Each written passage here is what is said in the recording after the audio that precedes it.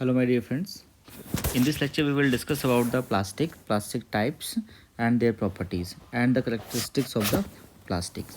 So, first of all, we will try to understand how plastic made, okay, and how it begins. Okay, it's how its existence comes in our daily life, how its effects in our daily life, how it is important to us.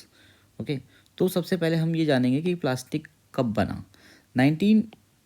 1846 के अंदर German physician केमिस्ट्रियन थे जिन्होंने इसको search किया था। But ये जो इसकी डिस्कवरी हुई थी वो एक्सीडेंटली हुई थी। एक्चुअली जो साइंटिस्ट थे वो उसमें काम कर रहे थे अपने किचन के अंदर, और क्या हुआ कि कुछ केमिकल्स स्प्लिट हो गए, like nitric acid and sulphuric acid. To mop that solution he took a cloth, and after mopping he kept it over the stove. After some time the cloth disappeared, and from there plastic got its name. ठीक है, उसके बाद जब देखा कि भाई कपड़ा despair हो गया है, जो केमिकल्स थे वो हीट की वजह से इवेपोरेट हो गए, बट जो हीट और जो केमिकल के कॉम्बिनेशन से जो चीज़ बनी, जो सॉल्यूशन बना, that is a plastic. Plastic is a material that contains essential ingredients and organic substance of large molecular weight. यहाँ पे एक लार्ज मॉलिकुलर वेट, ये इंपॉर्टेंट चीज़ है। And is also defined as the polymer of a long carbon chain. Polymer जो होता है हमारा क्या होता है, इसमें कॉन्टिन्यूस चेन होती है कार्बन की। ठीक है, कॉन्टिन्यूस चेन लगी होती है like this. Okay, the word plastic was derived from the word plastikos, means to mold in Greek.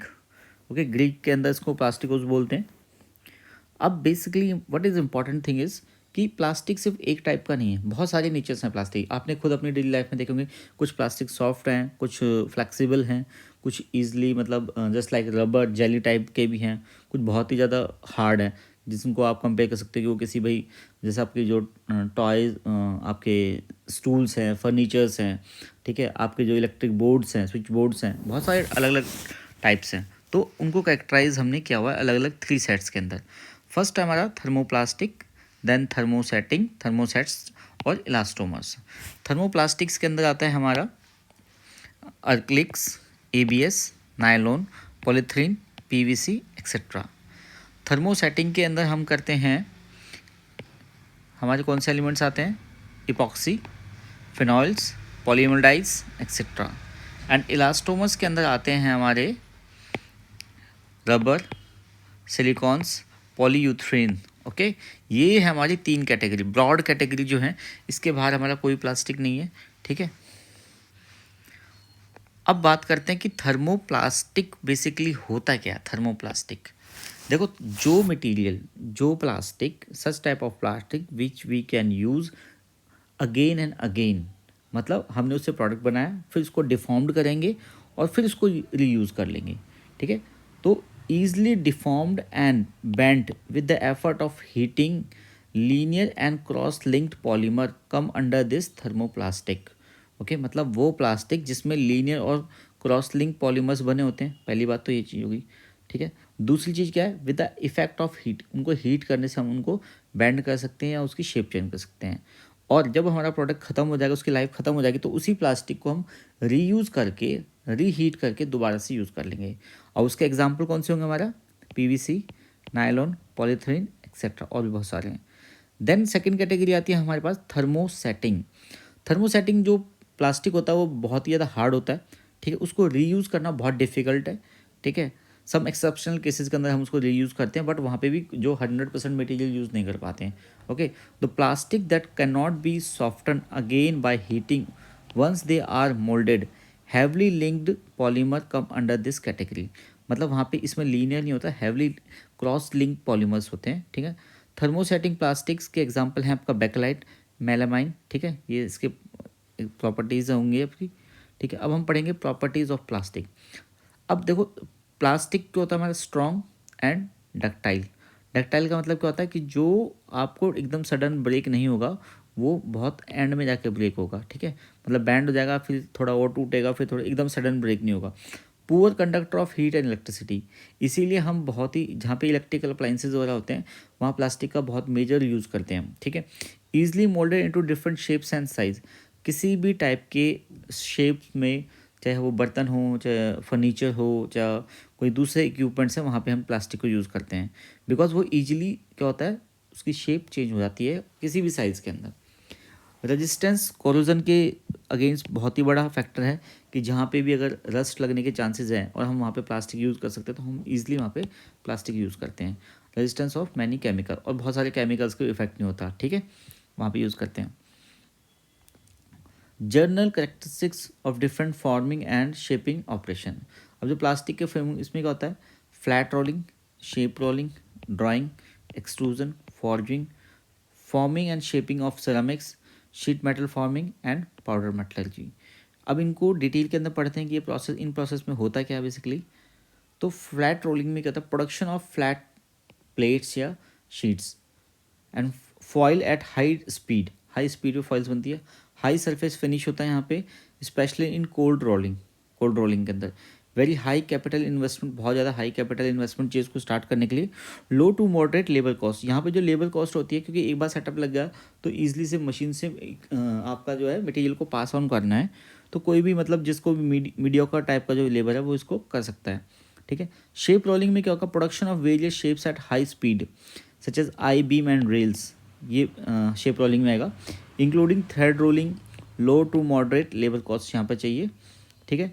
Drawing operation क्या होता है, लॉन्ग रॉड एंड वायर्स बनती हैं यहाँ पे sorry, production of long rods and wire with various cross section, good surface finish, low to moderate cost and medium labour skill required होगी, clear. Extrusion process क्या होता है, production of large length of solid and hollow shapes with a constant cross section that produce products in then cut into desired lengths performed at elevated temperature। एक elevated temperature की requirement होती है यहाँ पे, clear। cold extrusion has similarity to forging, medium to high labor चाहिए यहाँ पे, ठीक है, मतलब लो स्किल लेबर नहीं चाहिए, मीडियम हो या उसकी हाई स्किल्स हो वो चाहिए। इक्विपमेंट कॉस्ट हाई होती है यहाँ पे। अब processing of plastics and composite material में क्या होता है, production of wide variety of continuous और discrete product, extrusion, moulding, casting, fabricating process, moderate high dies, equipment cost ज़्यादा होती है यहाँ पे, रिक्वायर हाई मॉडरेट स्किल ज़्यादा चाहिए यहाँ पे, स्किल ऑपरेटर्स की, और कंपोजिट मटेरियल्स चाहिए, क्लियर है।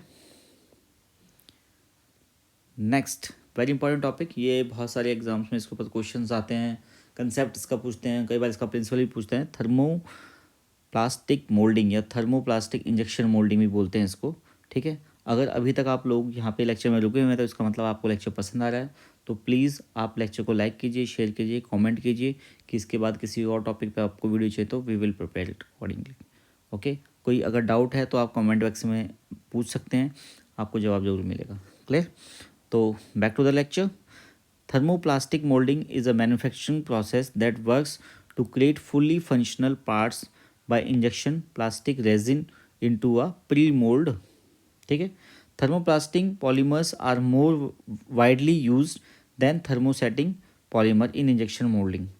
देखो थर्मोसेटिंग का हमने बताया था ना कि उसमें डिफ़िकल्ट होता है उसको रीयूज़ करना, इसलिए the main reason for this is that the thermoplastics are plastic that can be repeatedly softened by heating and solidifying by cooling, making them highly recyclable material, okay। developers to get use the thermoplastic injection molding process for many application, बहुत variety of applications है, ठीक है। और it can be produce anything from mobile phone के cover से लेके car के door तक, पैनल्स तक, with a good accuracy and surface finish. It covers the automotive industry, medical industry, aerospace industry, consumers product, toys, plumbing, packaging and construction materials also, okay. मतलब बहुत बड़ा area है हमारा जहाँ पर हमारा injection moulding, thermoplastic injection moulding से हम काम करते हैं, क्लियर है।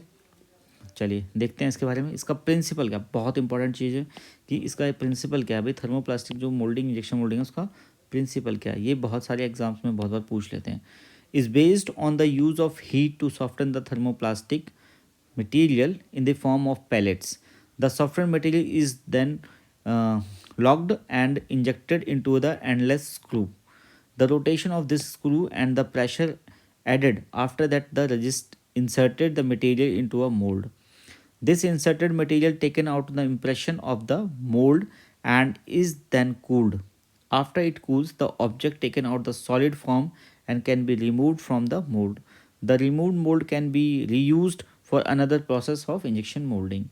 It means आपको उसको डायग्राम से दिखाते हैं हम। ये देखिए, ये आपका जो स्क्रू है जिसकी हम बात कर रहे हैं, ठीक है, इंजेक्शन रैम बोलते हैं इसको, ठीक है। ये होपर है जहाँ से हम रॉ मटेरियल डालेंगे, पैलेट्स को डालेंगे, प्लास्टिक के पैलेट्स को यहाँ पे डालेंगे, ठीक है। फिर जैसे जैसे ये स्क्रू रोटेट करेगा, ये जो रॉ मटेरियल है आपका ये इंजेक्ट होते हुए फर्दर इस डाई से होते हुए बाहर जो शेप है हमारी डाई जो कैविटी है उसमें फिर जाएगा। ये हीटिंग डिवाइस है, ये इसको क्या करेगा, हीटअप करेगा और मोल्टन स्टेट के अंदर रखेगा, लिक्विड स्टेट के अंदर रखेगा जिससे कि ये फ्लो कर सके। ये नोज़ल है हमारा जहाँ से हमारा ये जो लिक्विड मटेरियल है आपका मोल्टन मटेरियल है, सॉफ्ट मटेरियल है, ये क्या करेगा विद हाई प्रेशर, ये क्या करेगा यहाँ से कैविटी के अंदर जाएगा। बाद में ये जो डाई है यहाँ पे ये रिमूवल डाई होती है, इसे ओपन करके इस प्रोडक्ट को हम बाहर निकालेंगे। This is the injection moulding machine और यही हमारा प्रोसेस है इसके अंदर, ठीक है। अगर आपको ये डायग्राम समझ में आ गया तो पूरा प्रोसेस आ गया। आप अपनी लैंग्वेज में भी लिख सकते हैं, बट ये डायग्राम आपको बनाना पड़ेगा तभी आपको मार्क्स अच्छे मिलेंगे। ओके, ठीक है। अब बेसिकली हो क्या रहा है, अब इसको अगर हम ब्लॉक डायग्राम से देखें, देखो सबसे पहले मोल्ड की को आपने क्लोज किया, ठीक है, मोल्ड आपका क्लोज है, ठीक है, ये रहा मोल्ड आपका, ठीक है, मूवल पैटर्न के अंदर। उसके बाद क्या किया हमने, फीड मैकेनिज्म, मटेरियल फीड करेंगे हम, मटेरियल फीड करने के बाद प्लास्टिसाइज उसको हीटअप करेंगे, फिर उसको इंजेक्शन जो स्क्रू था आपका इंजेक्शन के थ्रू आगे ले जाएंगे, फिर प्रेशर को होल्ड करेंगे, ठीक है, फिर कूलिंग करेंगे उसकी, जब कूल कर देंगे तो वो सेट हो जाएगा, ठीक है, सेट हो सॉलिडिफाई हो जाएगा, फिर उसको क्या करेगा मोल्ड को ओपन करेंगे, मोल्ड को निकाल देंगे, प्रोडक्ट को बाहर हमारा बन जाएगा। तो ये हमारा क्या सिंपल ब्लॉक डायग्राम स्ट्रक्चर है हमारा इंजेक्शन मोल्डिंग का। तो आप इसको ये ब्लॉक डायग्राम भी बनाएंगे, ये भी बनाएंगे और ये सारा बनाएंगे। क्लियर है? अगर लेक्चर आपको पसंद आया तो आप इसको लाइक कीजिए, शेयर कीजिए, सब्सक्राइब कीजिए चैनल को। और जो इस पे बहुत सारे जो लेक्चर्स वीडियोस आपको ऑलरेडी बने हुए हैं मैन्युफैक्चरिंग प्रोसेस से रिलेटेड, ठीक है। तो अगर कोई दूसरे सब्जेक्ट के भी बनाने तो आप बता सकते हैं। तब तक के लिए ठीक है, आप पढ़ते रहिए, नोट्स तैयार कर लीजिए। कभी भी अगर आप कोई भी किसी भी का भी यूट्यूब लेक्चर से आप पढ़ रहे हैं तो पेन पेंसिल लेके बैठिए, इंपॉर्टेंट पॉइंट्स को नोट कीजिए, आपके खुद के नोट्स में उनको इंक्लूड करिए। Okay, thank you, best of luck.